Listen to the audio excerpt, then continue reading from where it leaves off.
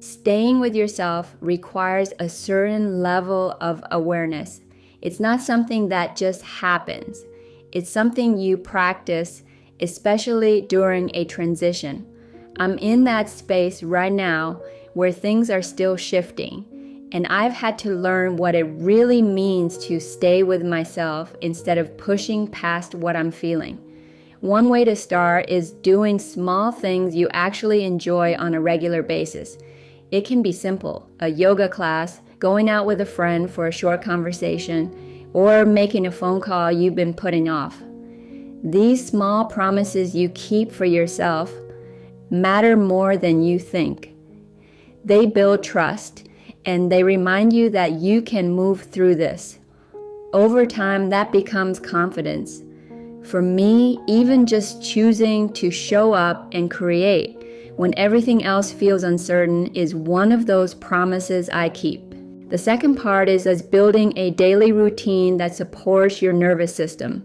This means being intentional about what you allow into your day and reducing anything that creates unnecessary stress.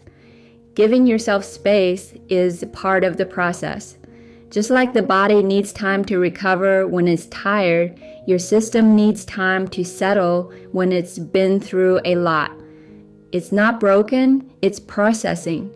During this time, you may need to pause certain things, work, projects, or responsibilities that take more from you than you can give right now. I've had to do that myself, even pause in parts of my trading, not because I can't do it, but because I know I need to stabilize first. That's not falling behind. That's protecting your capacity. And there's another layer to this that I had to see. A lot of the times we feel unsafe. It's not just because of what's happening around us. It's built from the moments we abandon ourselves. Each time we ignore what we need, stay quiet to keep the peace, or push past our own limits, we slowly create that feeling inside. So over time, even when nothing is wrong, the body still feels unsettled. Because safety was never built within, we start looking for it outside, in people, in outcome, in control. But real safety doesn't come from someone else. It's something we learn to create for ourselves.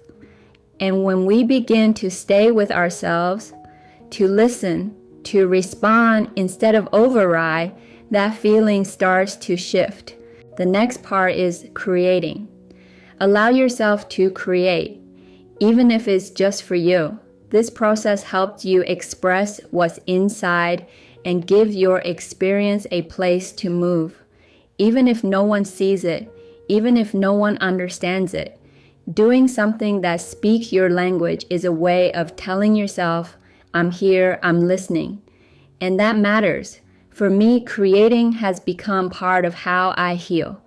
It keeps me connected to myself, even in the middle of uncertainty. And finally, seek support. You don't have to do this alone.